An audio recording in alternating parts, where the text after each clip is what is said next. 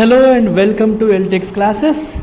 So from today onwards, the Hindu analysis from LTX classes has been divided into two videos. So one video will be exclusively for mains, which is taken care by me. So this video is that Hindu editorial analysis for UPSC mains. And there will be one more video exclusively for prelims. The second video is for prelims, which will be handled by Srinivas sir. So this simplifies your preparation. For prelim specific content, you can refer to prelims video. For main specific content, which is especially the editorials, you can refer to my video. So this way you can comprehensively prepare for UPSC and you will have coverage of more number of articles. Today I am covering 3 editorials, 2 from page number 6 and from op-ed page number 7. So 3 aspects in detailed explanation is provided. Okay, so you come out with your comments, feedback, whatever you might feel, you can add it in comment section. I hope you enjoy this, and we will continue to provide prelims and mains on a daily basis. Take care. The first article of the day is from page number 6, editorial page, a law without a flaw. A law without a flaw. So this article comes under your general studies paper 2, issues related to women, and specifically under social justice. Social issues and social justice. That is where this article comes under as per your UPSC syllabus. So this article is with respect to medical termination of pregnancy. So I'll give you the background story, then we will get into the article. In July, a 25-year-old lady approached Supreme Court. Why? Because this lady was pregnant with 24 weeks of pregnancy. She is unmarried. Her partner left her. After knowing that she was pregnant, and she first approached High Court, and High Court denied option to terminate pregnancy. What is the reason that High Court showed? What is the reason? On which ground did High Court deny the option to terminate pregnancy? Very, very important. So this is where we need to look at this particular aspect of it. You read this particular aspect of it. Medical Termination of Pregnancy Act 1971 and its rules 2003. Very, very important. And its rule 2003, they prohibit unmarried women who are between 20 weeks and 24 weeks pregnant to terminate the pregnancy. So these rules of Medical Termination of Pregnancy Act 2003 rules, they categorize 7 categories of women. Only 7 categories of women are eligible to terminate 20 to 24 week pregnancy in the range of 20 to 24 weeks. If you have to terminate that, only these 7 categories of women mentioned in MTP rules 2003, they are eligible. Who are these 7 categories? So we need to know all the 7 categories. 1. Married women. 2. Divorcees. 3. Widows. 4. Minors. 5. Disabled. 6. Mentally ill. 7. Survivors of sexual assault or rape. If you observe this, nowhere it was written unmarried women. So unmarried women category was not mentioned in these rules. That category was not mentioned in these 7 categories. Based on this, High Court denied the right to abort. High Court did not allow the lady to abort and she approached Supreme Court. So what did Supreme Court do? Supreme Court allowed her. Supreme Court allowed her. In fact, if you look at this, Supreme Court has facilitated the abortion. Supreme Court has facilitated the abortion of this woman whose partner parted ways after realizing she was pregnant. Why did Supreme Court facilitate? Because Supreme Court pointed out that the rules mentioned partner and not husband. If you look at the rules in a detailed manner, it mentioned partner, the word partner, pregnancy due to partner and not husband. The word husband was not mentioned, but the word partner was mentioned. When you mention the word partner, obviously it includes unmarried women also. So based on this logic, Supreme Court allowed her to terminate. So based on this logic, Supreme Court allowed her to terminate pregnancy. So if you observe keenly, there are two issues here. On one hand, the act mentioned the word partner, which means even unmarried women can also apply for abortion. On the other hand, these 7 categories explicitly did not include unmarried women. So this is the anomaly, or this is the flaw. This is the flaw in the law. This is the flaw in the law. Now why are we talking about it? Supreme Court, right, after allowing this lady to go for abortion, so it has asked AIMS to constitute a board and check her health, and if it is feasible, go ahead with abortion. That's what Supreme Court has instructed AIMS on 21st July. Now, Supreme Court, after doing all this, very, very important sentence, look at this. Had the Supreme Court rested there, it might have meant relief for one woman. If Supreme Court stopped then and there itself, it might have meant relief for just one woman. The 25-year lady who approached Supreme Court, who had to go all the way to the top court in order to get justice. What 7 other categories of women are getting, but she is not getting. We discussed all those 7 categories now. But Supreme Court, what did it do? It did not stop there. Without stopping there, it has decided to correct the flaw, because there is a flaw in the law. So what happens to another woman who is in similar situation in future? Again that lady has to go to court. The court, again she has to cite this particular judgment. They have to go through this legal hassle, right? Again they have to go through the entire legal hassle again. If you correct the law, if you correct the anomaly, if you correct the flaw in the law, then you don't need to do all that. That is the reason Supreme Court, utilizing its expansive reach of powers, it has decided to correct the anomaly. That is the reason we must appreciate our Supreme Court. The Supreme Court has decided to correct the anomaly. Whatever flaw is there in the law, I have discussed the flaw. What is the flaw? On one hand, it has mentioned the word partner, which includes, obviously when you say partner, it doesn't mean husband. So even an unmarried woman can also talk about partner.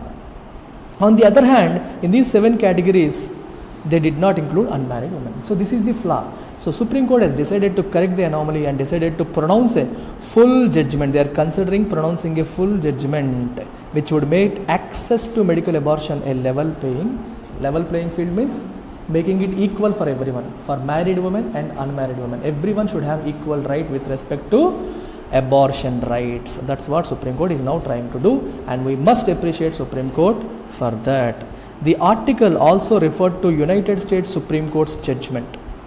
Recently, United States Supreme Court overturned Roe versus Wade judgment. It's a very old judgment of 1970s. In this judgment, the Supreme Court of US, this old judgment, old case, Supreme Court of US pronounced that there is constitutional right to abortion. Constitutional right to abortion. When people of America have constitutional right to abortion, then you cannot make you cannot prohibit abortion. Yes or no? If the constitution explicitly allows the right to abort, what happens? States cannot make a law prohibiting abortion. So what happened recently? Recently, Supreme Court of America has said, there is no constitutional right to abortion, which means people of America by default, as per constitution, they directly do not have a right to abort. Then what is the procedure? If you are a member of any particular state, of United States of America, and your right to abort is dependent on law of the state. Whatever law that particular state you belong to makes, and your right to abort is dependent on that particular law. If that particular state, for suppose you are in California state, if California prohibits abortion, then you cannot abort your pregnancy. You are in New York state, if New York allows abortion, yes, if you are part of New York, you can go and abort. So this is what is happening in United States of America, and this editorial says, and this particular judgment has taken the nation back several decades. America is supposed to be a progressive nation, modern nation, but American Supreme Court has taken a decision that took the nation several decades back. By removing the pregnancy right, by removing the right to abort, it has taken the nation several decades back. At the same time, India's apex court, Indian Supreme Court is moving in forward and modern direction, and it has decided to remove antediluvian inconsistencies. What is antediluvian? Old fashioned. In existing laws, if there are any old fashioned inconsistencies, Supreme Court of India is determined to remove them. That way, it is behaving in a progressive and modern manner, whereas United States Supreme Court is behaving in a old fashioned way. It is taking the country back with respect to abortion. That's what the article talks about. And very, very important, you can also link Constitution. Article 14 talks about right to equality, right? Equality before law, and equal protection of laws. So now married women and unmarried women are on the equal footing. If this correction is done, then married and unmarried women will be on equal footing. And you can also refer Sustainable Development Goal 3. It talks about ensure healthy lives and promote well-being for all at all ages. And in SDG 3, if you look at the first point, it talks about reduce global maternal mortality rate to less than 70 per 1 lakh live births. What happens when you do not have safe pregnancy? If you do not have option to abort pregnancy, either you will continue without willingness, or you will go for unsafe means of pregnancy. If you are going for unsafe means of pregnancy, it will lead to death. And it also talks about sexual and reproductive health care services. Access to sexual and reproductive health care services. All women and all people should have access to sexual and reproductive health care services. This is your Sustainable Development Goal 3. So you can refer these two things also in your answer writing. I hope you have understood. So let's move on to the next article. So let's look at the second article of the day from editorial page. General Studies paper 3, editorial, macro variable projections in uncertain times. So times are not certain. We don't know what is happening. We don't know what is going to happen in future. So we are in that kind of uncertainty, and it is very difficult to project. Macro variables. What are macro variables? Things like your GDP, inflation, balance of payments. So what is going to be our inflation in future? what is going to be balance of payments in future, what is going to be GDP in future. Projection is not going to be easy. Why? Because of lot of uncertainties. That is the crux of the editorial. It is the crux of the article. So article talks about several uncertainties that we have today. Look at this. It says there are two major uncertainties. The first one is Russia's war on Ukraine and resultant economic sanctions on Russia. The second one is a zero COVID policy in China. So you can say war is one uncertainty. Second one is COVID-19 and monkeypox, the health related issues on the other hand. There are two uncertainties that are troubling the world now. So you never know what is going to happen. You never know when this war is going to end. You never know when this COVID-19 will completely move away. You never know when this COVID-19 will completely move away. Unfortunately, in China, it repeatedly implements lockdowns because it wants to follow zero COVID policy. It is following zero COVID policy. Whenever a new COVID case comes, immediately China implements lockdowns. Immediately. Because China is the world's global supply chain, world's manufacturing hub. Whatever happens in China, whenever China locks down, the exports from China get stuck. All the exports from China get stuck, and other countries dependent on China will also suffer. For example, India relies on China for pharma bulk drugs. Whatever pharmaceuticals we prepare, raw materials for them we import from China. If there is a lockdown in China and China doesn't export them to India, India's pharma production will take a hit. Similarly, electronics. We receive lot of electronic components from China. Right? If we don't receive them, and our electronic component manufacturing will take a hit. It's not just about India. Several countries will suffer if production or exports from China stop because of this zero COVID policy. What is zero COVID policy? So they don't want absolutely any COVID. So any small COVID uptake, they will immediately implement lockdowns. That is what they are doing. So first aspect is international factors. Second aspect is data. The data that we have today is deficient. It is not enough. It is not enough. It is a poor data, faulty data, and not enough. So based on this faulty and poor data, if you are making projections for future, obviously policies will fail. This will compound the problem. The problem will become bigger. We already have global uncertainty on the other hand, on one hand, and on one hand we already have global uncertainties, and this faulty data will compound the problem. It will compound the problem. So this is what the author is saying.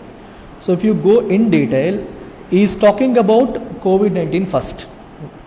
So for COVID-19, to control COVID-19, different countries have implemented different lockdowns of varying severity, because of which there were many supply bottlenecks. Because of its supply, what is bottleneck? Bottleneck is an obstruction. For example, a country like China implements lockdown, so the supplies from China get stuck. No more supplies from China. So that is supply bottleneck. So in a globalized, interdependent, because the world is interdependent, if China doesn't send something and it affects India, it affects other countries which are dependent on India. So obviously production will take a hit, because of which inflation will come. When the production gets hit, supply goes down. When the supply goes down, inflation goes up, price goes up. When the price goes up, you will lose income. Why? When the price goes up, your purchasing power goes down. Your purchasing power goes down. For example, you have 1,000 rupees with you and you want to buy mangoes, and one mango is 10 rupees. With 1,000 rupees, you can buy 100 mangoes. But if the price goes to 12 rupees, let's say if the price goes to 20 rupees, and if you want to buy 100 mangoes, you will have to shell out 2,000 rupees. Or if you want to buy using this 1,000 rupees, you can only buy 20 into 50 mangoes. So your purchasing power goes down, your real income goes down. Whenever there is inflation, your real income, your income's purchasing power goes down. So when your purchasing power goes down, what will you do? You will cut down your consumption. Instead of spending all your money, you will cut down your consumption. When you cut down your consumption, it leads to decline in demand. When it leads to decline in demand, it leads to a vicious cycle, further slowing down the economy. When there is a less demand, again production will go down. Are you getting it? Because of supply bottlenecks, production goes down, supply goes down, prices go up. When prices go up, demand goes down. When the demand goes down, again that leads to further reduction in production. That is how economies will suffer. Economies will suffer. And predicting these declines has been difficult. Why is it difficult? Why is it difficult? Because you never know when another COVID wave would strike. And you never know how much disruption it would make. It's very, very difficult.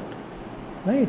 So you are seeing a double phenomenon. On one hand, we are seeing prices rising globally. On the other hand, you are seeing economies slowing down, which is leading to stagflation. Stagflation is a combination of low economic growth, high inflation, and unemployment. So whenever you have economic slowdown, generally you have unemployment. Along with that, if you also have inflation, you call it stagflation. Stagnation plus inflation is stagflation. But today, the uncertainty due to COVID-19 has come down. Countries are not implementing lockdowns so vigorously as they used to earlier, but China is an exception because China is following zero COVID policy. China continues to implement strict lockdowns. Even if there are only few cases, they are still implementing strict lockdowns. Because China is the manufacturing hub of the world, any disruption in China's supplies will cause bottlenecks to persist. Will create disruption, will cause bottlenecks to persist. That is the problem with China. Another issue that we have today is monkeypox virus.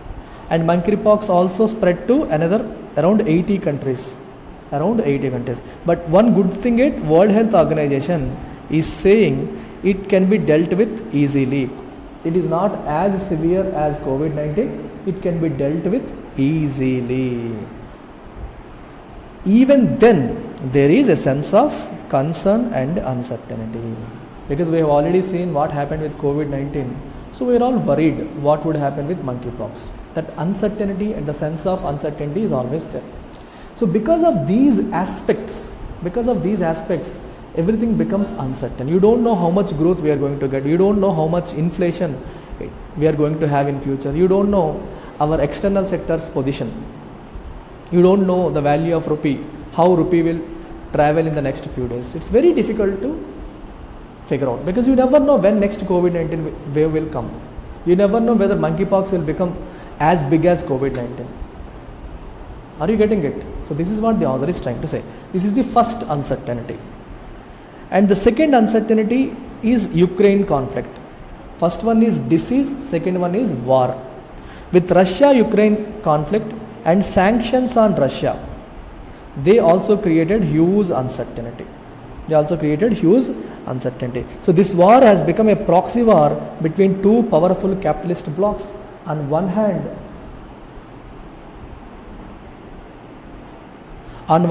you have Russia. On the other hand, you have all the Western countries who are supporting all these Western powers are supplying arms to prolong the war and weaken Russia. US and all these Western countries, they want to weaken Russia, so they are supporting Ukraine in a indirect way. So they are supplying all these weapons. And just because Russia invaded Ukraine, there were also sanctions against Russia. What are sanctions? Economic penalties. Sanctions are nothing but economic penalties. So Western countries have decided not to import oil from Russia. These are economic sanctions. And they're trying to do all these to further weaken Russia economically. Now, since it is becoming a big war, can any side afford to be seen to be losing? No. Russia doesn't want to be seen as defeated. Even Western bloc doesn't want to be seen as defeated. So they will try to prolong the war as much as possible. right? They will continue to prolong. So unless there is a solution, uncertainty will remain huge and possible increase. If the war continues to prolong, uncertainty also will continue to prolong. So are you getting it? Now this is second issue. First issue, uncertainty due to COVID-19 and monkeypox and COVID-19 related lockdowns, especially in China. The second issue is Russia-Ukraine war and how this war became a proxy war between Russia and Western countries who are indirectly supporting Ukraine by supplying arms. If they continue to prolong the war, the uncertainty will also continue. Uncertainty will also continue. So this war and sanctions have already affected the world economy, especially Europeans. US economy entered recession. Sri Lanka has been devastated. Countries like Nepal and Pakistan are suffering, right? Especially items which are generally supplied by Russia and Ukraine have been hit. The supplies have been hit. Prices have gone up. And India, US and European countries are facing very high inflation. Right? So we have already seen all these issues.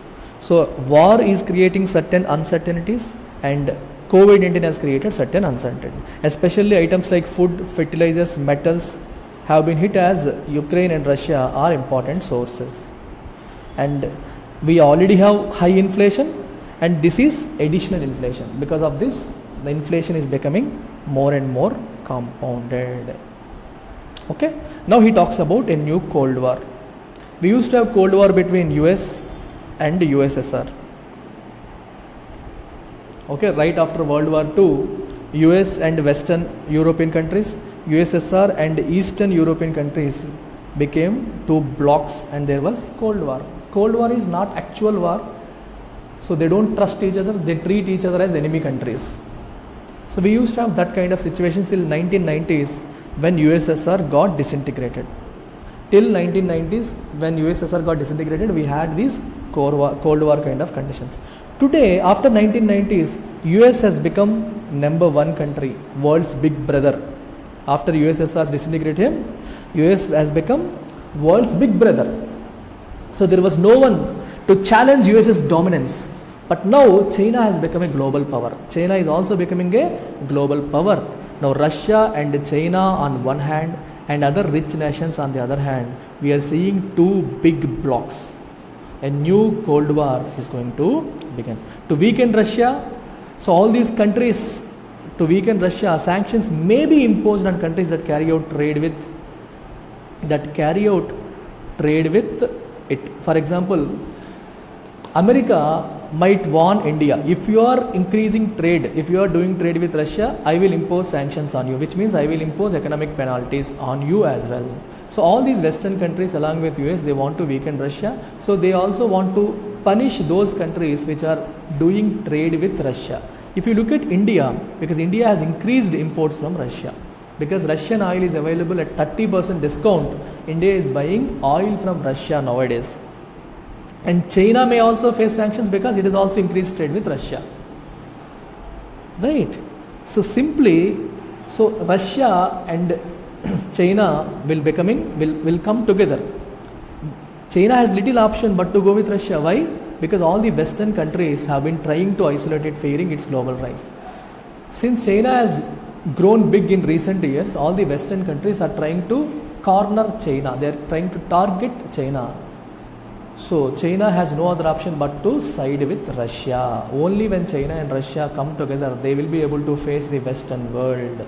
So we are going to see the Cold War between two big economic blocks. On one side you have China and Russia, on the other side you have US and Western European countries. This is going to be new Cold War like situation. When you have such situations, it leads to a lot of uncertainties. A war like situation always leads to uncertainty. The author's primary focus is on uncertainty. Remember the word, don't forget it. Whatever we are reading, you have to try and link it with the title. He is referring to global uncertainties. Under global uncertainties, two aspects. One COVID-19, monkeypox, and now Ukraine-Russia conflict. The third aspect is data-related worries. data related average. That means we don't have proper data. We don't have availability of proper data. Except for agriculture, we don't have the data for unorganized sector, which means construction and other activities. All activities which come under unorganized sector, we don't have data. Even for organized sector, we have only limited data available. What is unorganized? What is organized? Unorganized sector, people don't pay taxes, they take daily wages. Their records are not well maintained. Their records, their details are not well maintained. They don't have social security schemes also, like PF, right, gratuity, health insurance, these kind of things they do not have. So we don't have data for unorganized sector, we don't have full data for organized sector as well. First thing, even if you want to use previous year data and project it, they will introduce errors. Why? Because of repeated shocks to economy. How will you project based on what you know today? If everything is good today, based on this you will project. But if something like monkeypox comes, something like a war comes, can you predict it? Can you predict a war? Can you predict a monkeypox? You cannot, right? So it will lead to errors. That is the problem today. That is the problem that we have today. That is what the author is trying to say. He is also referring to the unorganized sector, which employs 94% of workforce, but they do not have enough income. On one hand, you have a rise in prices. On the other hand, they have decline in income because of COVID-19 and other things. Do they have bargaining power to get wages? No. Even if prices of vegetables and others go up, they do not have bargaining power. They cannot go to their owner and ask for a raise. That is the problem they are facing. But official data does not reflect this, and unorganized sector becomes invisibilized. From the government data, you don't have the data of unorganized sector. You don't know how much suffering they have. You don't know what their wages are. You don't know how much they are getting. You don't know how much suffering they are going through. When you don't have data, how can you make a policy for them? So government becomes invisibilized. So that is why today our policy makers, using such faulty data, invisibilize them. So they don't know, they can't say anything. On one hand you have global uncertainties, on the other hand you have domestic data issues.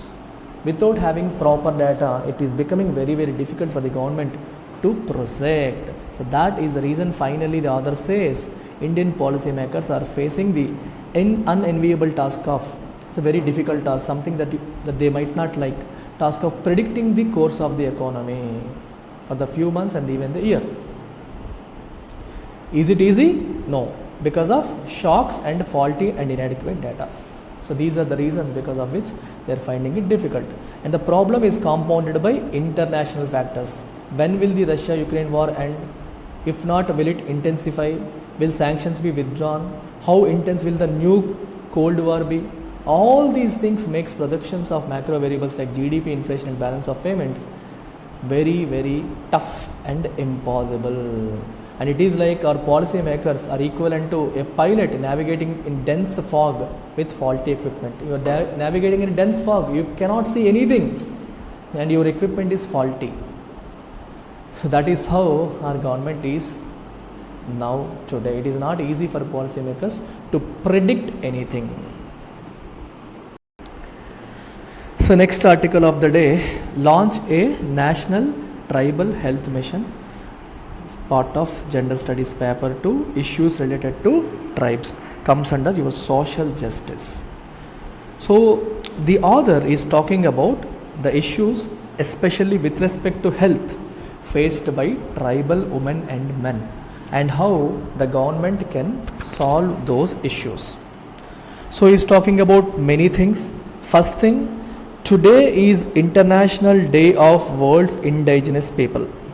Today is International Day of World's Indigenous People, and today in India we have a tribal president. The first time since independence we do have a tribal president, and it was due to the positive signal by Narendra Modi's government. But should we stop here? This symbolic gesture, can we turn it into health revolution? Right? Making a tribal woman a president symbolizes that the government is interested in government wants to respect, is interested in tribes. But can we make it a reality? Yes, it is a symbolism, tokenism, but can we make it a reality? We have to look at it. How many tribes do we have in India? 11 crore tribal people are there, which is 8.6% of India's population, and it is second largest number of tribal people in any country in the world. Second largest number of tribal people in any country in the world. But how good is their health? Yes, we have 8.6% of tribal people, but how good is their health? There was a study published in this Lancet magazine titled Indigenous and Tribal People's Health 2016. It found out that India held the inglorious distinction of having the second highest infant mortality rate for tribal people, only next to Pakistan. What is infant mortality rate? How many children are dying? How many children are dying before they turn 1 year? Out of every 1,000 live births, how many are dying before they turn 1 year? That is your infant mortality. If infant mortality is more, that means more children are dying after taking birth before even they turn 5 years, before even they turn 1 year. So between 0 to 1 year period. If more number of people are dying, then you say we have very high infant mortality rate. The highest is in Pakistan, and the second one is India, which is a very bad, inglorious distinction. So that is the reason. Look at this. So on this day in 2018, first national report on the state of India's tribal people's health. So this was a private magazine. Lancet is a private magazine, but in India in 2018, India's tribal people's health, to the state of India's tribal people's health, there was a report submitted on the same by an expert committee, and the author of today's article is the chairman of this expert committee. That is the reason this article is important. Whoever has written this is the chairman. This man, Abhay Bang, is the chairman of the expert committee that submitted a report to the government of India on tribal health. This committee was jointly appointed by the Ministry of Health and Family Welfare and Ministry of Tribal Affairs, Government of India, and the author is the chairman of this. And this committee took 5 years of effort, and finally they came out with a national picture. So what did the committee say in the report? You can have this summary here. All points are important. Look at this. First point. In India, as far as tribal people are concerned, they are concentrated in 809 blocks in India. Okay? The areas where they live are divided into 809 blocks. Such areas are designated as the scheduled areas. We know this, right? In Constitution, you have this mention, scheduled areas. However, one more important thing is that nearly 5.5 crore, which means half of it, total 11 crores, right? Out of this 11 crores, 5.5 crores are living in these scheduled areas. But another 5.5 crore people are living as a scattered and marginalized minority. They are living here and there. They are not concentrated in one place. If all tribes are living at one place, then they are the majority there. They will not have discrimination. But if tribal people are living in the mainstream as minority, they will face discrimination. They are powerless. So 50% of the tribal people are living in scheduled areas, and remaining 50% are not in scheduled areas, but they are living among other people. So with respect to the scheduled areas, we should also look at the constitutional provisions. Article 244 in the Constitution of India talks about administration of these scheduled areas, and you also have Schedule 5 as well as Schedule 6 in Constitution. Schedule 5 except Assam, Mizoram, Meghalaya, Tripura, except these four states, remaining scheduled areas are covered in this. And Schedule 6, you have Assam, Mizoram, Meghalaya and Tripura. So they have some special governance provisions, and central government directly takes directly tries to protect their economic interests and cultural interests. So that is why central government designates, especially President of India designates certain areas as scheduled areas. Very, very important. So if you are there in the scheduled area, you have protection. But if you are outside, like these 5.5 crore people, as scattered and marginalized community, you become powerless. That is one finding by this committee. The second one is about the health status of the tribal people. In the last 25 years, yes, health status has improved, especially under 5 child mortality. It was 135 in 1988, now it is 57. What is under 5 child mortality? How many children are dying before they turn 5? So 0 to 5 years. Children dying before they turn 5 years. Out of every 1,000 people born, how many are dying before they turn 5? That is under 5 child mortality. It has to be as low as possible. Deaths have to be less, right? But now it used to be 135 in 1988. Now it is 57. That's a good sign. However, compared to other communities, compared to SCs, OBCs, OCs, this percentage is still very high in STs. The percentage has widened in STs. Compared to others, the percentage of deaths has widened, but overall the number has reduced. Third portion is child malnutrition. Malnutrition is 50% high in tribal children compared to others. In others it is 28%, but in tribal children it is 42%. For me, that means out of every 100 children, 42 have malnutrition in tribal area. Others, for every 100 children, 28 have malnutrition. Fourth aspect, malaria and tuberculosis are 3 to 11 times more common. Diseases like malaria and tuberculosis are 3 to 11 times more common in tribal areas. Fifth, on one hand you have malnutrition, malaria and mortality. On the other hand, you have more tough issues like more difficult to treat and non-communicable diseases like hypertension, diabetes and mental health problems. Even they are also increasing.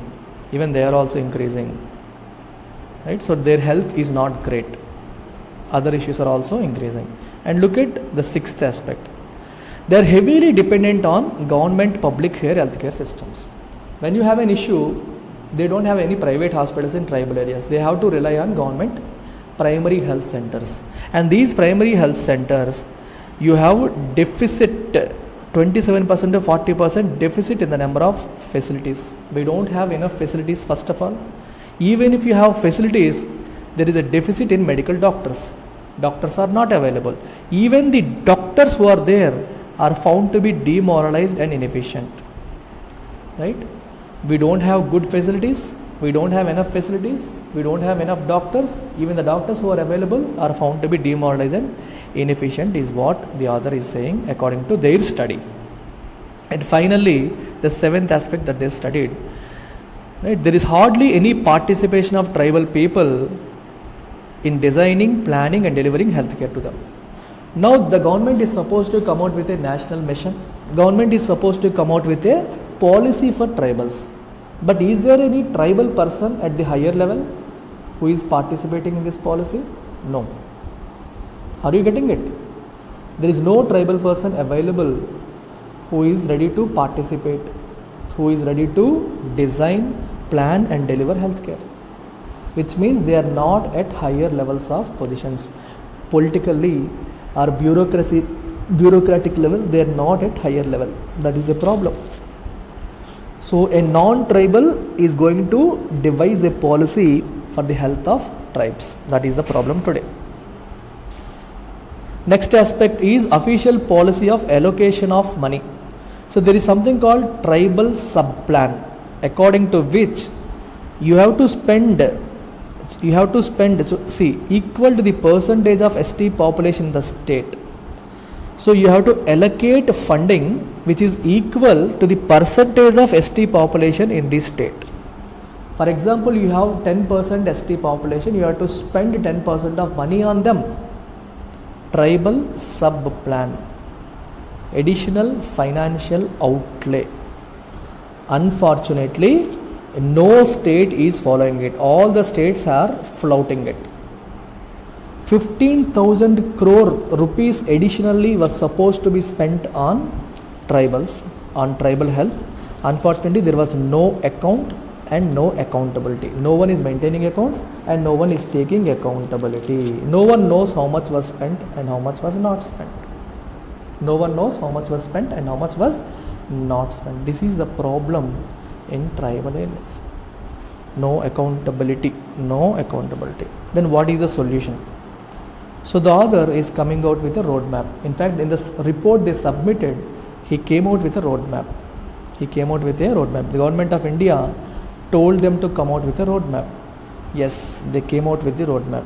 And what does the roadmap say? This roadmap includes large number of recommendations, but let's look at three broad recommendations. The first one is to launch a national tribal health action plan with a goal to bring the status of health and healthcare at par with respective state averages in the next 10 years. Okay, the health of tribes should be at par with state average.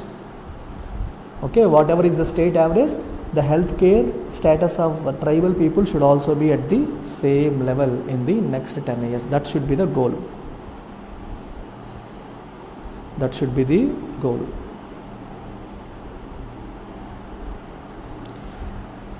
Second, the committee suggested 80 measures to address 10 priority health problems. 10 priority health problems. And to address this healthcare gap and human resource gap and governance problems. So the committee has suggested 80 measures. Third one, committee spoke about allocation of additional money. You have to allocate additional money for tribals. Okay. Unless you allocate additional money for them, it is difficult to bring them on par with other communities. Unfortunately, 4 years have passed since the committee submitted the report. It submitted the report on 8th August 2018 to Mr. J.P. Nadda, who was the health minister. And Mr. Nadda promised this historic report will not lie on the shelf. And tribal people of India are still waiting. Nothing happened in these 4 years. Okay. So what should be done now? The health minister and 10 states with sizable tribal population, they should take the initiative and they should implement this particular action plan. Because this committee took 5 years to do all this research and submit their findings. Unfortunately, this report is lying on the shelf. No one cares. No one cares. Tribal healthcare system is sick. Tribal people need more substantive solutions, not just symbolic measures. Yes, you have made a tribal woman the President of India. That is symbolism. That doesn't help unless you really come out with the policies and missions to help tribal people. When you are making one tribal woman as president, she gets benefited. But if that translates into betterment of tribal people across the country, that is the true empowerment. That's what we need today. So we need to move from symbolic gestures, so substantive promises, from substantive promises to comprehensive action plan, from action plan to realizing the goal of healthy tribal people. Right? If actualized, if it becomes reality, tribal health mission can be the path to a peaceful health revolution for 11 crore tribal people in India. India needs to demonstrate to them that democracy offers a caring solution to their wounds. We are a democracy and we care for your wounds. You have a lot of issues and this democracy cares for you. You have to demonstrate, you have to prove it. You have to prove it to the world. So this is your mains question of the day. So based on our third article today, describe problems faced by tribal community in India with respect to health. because the article is based on health. I have given question on health and suggest roadmap to solve their problems. Try to come out with your answer and put it in comment section. I will give my comment there. Take care. Bye bye.